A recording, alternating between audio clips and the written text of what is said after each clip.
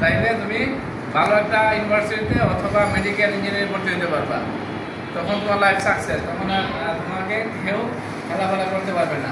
তো ভালো থেকো সবাই, আল্লাহ হাফেজ।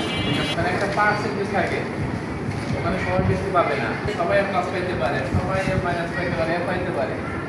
বৃত্তির ক্ষেত্রে সেটা না, বৃত্তির ক্ষেত্রে নির্ধারিত থাকে যে এত জমিকে সরকার বৃত্তি দিয়ে।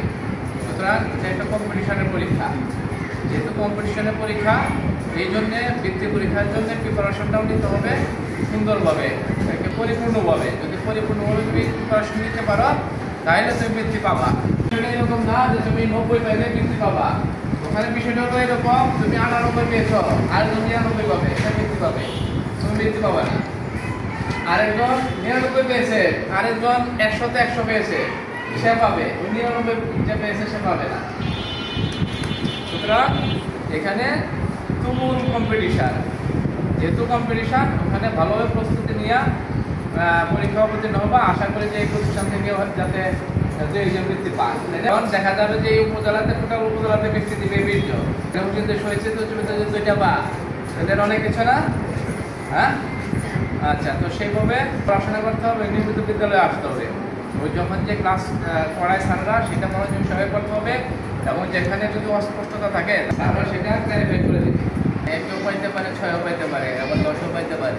যে স্টাডি বেশি করবে, যে চেষ্টা বেশি করবে, অধ্যবসায় বেশি করবে, সে পাবে, তাই না? মনে থাকবে, ভালো থাকবে সবাই, আল্লাহ হাফেজ। যথাসময় চলে আসবে এবং এই অ্যাসেম্বলি ক্লাসে অংশগ্রহণ করবে। এখন কি ক্লাস? বাংলায় কি পড়াচ্ছে বলো তো? সেই দিন এই মাস কি লিখেছে? আর দাসের একটা টাইটেল আছে, জানো সবাই? যেরকম কাজী নজরুলের টাইটেল কি? বিদ্রোহী কবি। তাহলে জীবনানন্দ দাশের একটা টাইটেল আছে, বলা হয় রূপসী বাংলার কবি। তিনি বাংলার সৌন্দর্য নিয়ে বিভিন্ন কবিতা তিনি লিখেছেন, এই জন্য তাকে রূপসী বাংলার কবি বলা হয়। যে কবিতা বা যে গল্প করবা, যেহেতু ক্লাস 9-এ করো, এই বিষয়গুলো অবজেক্টিভে আসবে এবং A+ পাইতে হলে এই বিষয়গুলো অবশ্যই তোমার জানতে হবে। যখন তুমি টেক্সট বইয়ে ভালো করে পড়বা তখন তোমার এই যে অবজেক্টিভ একটা ছুটবে না। আর যদি গাইডের উপর নির্ভর করো তাহলে তোমার এই অবজেক্টিভ খারাপ হওয়ার সম্ভাবনা থাকে। মানে মনে করে যে বাংলাদেশ যদি 30টা থাকে ওখান থেকে 5টা ছুটে যেতে পারে, তাহলে 5টা অবজেক্টিভ যদি ছুটে যায় তাহলে তোমার A+ পাওয়াটা কষ্ট হয়ে যাবে। কারণ এখানে যতটা সহজে এই অবজেক্টিভ মার্ক আর্ন করা যায়, অর্জন করা যায়, ততটা কিন্তু লিখিতভাবে 5 নম্বর অর্জন করতে গেলে অনেক কষ্ট করতে হয়। সুতরাং অবজেক্টিভে ভালো মার্কস পেতে হলে এই সূক্ষ্ম বিষয়গুলো অবশ্যই ভালোভাবে করতে হবে, মনে থাকবে। আচ্ছা, 2026 পরীক্ষার্থী, পরীক্ষা তোমাদের একেবারে নকিং এট দ্য ডোর নাকি? একবারে সন্নিকটে। হ্যাঁ, বিকাশ পরীক্ষা দিয়ে দিছ, গভর্নমেন্ট স্কুলে হচ্ছে আর কি। টেস্ট পরীক্ষা দিয়ে দিছ, সামনে টেস্ট পরীক্ষা হবে। টেস্ট পরীক্ষা এইবার নতুন নিয়ম হচ্ছে, টেস্ট পরীক্ষায় যদি কোনো শিক্ষার্থী ফেল করে তাহলে ওই শিক্ষার্থী সাইন আপ করতে পারবে না, ফিল আপ করতে পারবে না।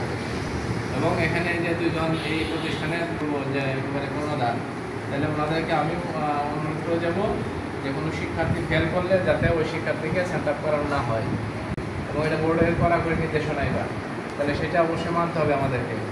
তাহলে এই টেস্ট পরীক্ষায় যদি ফেল না করো, এখন থেকে যদি ভালোভাবে পড়াশোনা করো, তাইলে আমার মনে হয় যে কেউ ফেল করবে না। এবং ফেল যদি না করো তাহলে সবাই সাইন আপ করতে পারবে, এবং সাইন আপ করলে আমি মনে করি যে সবাই পাস করবে। তাহলে এখন থেকেই কেয়ারফুল হয়ে যাও যে আমি টেস্টে অবশ্যই আমি পাস করবো, বা আমি ভালো নাম্বার নিয়ে আমি টেস্টে উত্তীর্ণ হব, মনে থাকবে। আমিও জানাইছি স্যার ভগবানী পদার্থের সংখ্যাটা বলো। মানুষ পদার্থ না অপদার্থ? আচ্ছা, শারফুল ইসলাম, আমার পদবি হচ্ছে উপজেলা একাডেমিক সুপারভাইজার, উপজেলা মাধ্যমিক শিক্ষা অফিস, পাকুন্দিয়া, কিশোরগঞ্জ।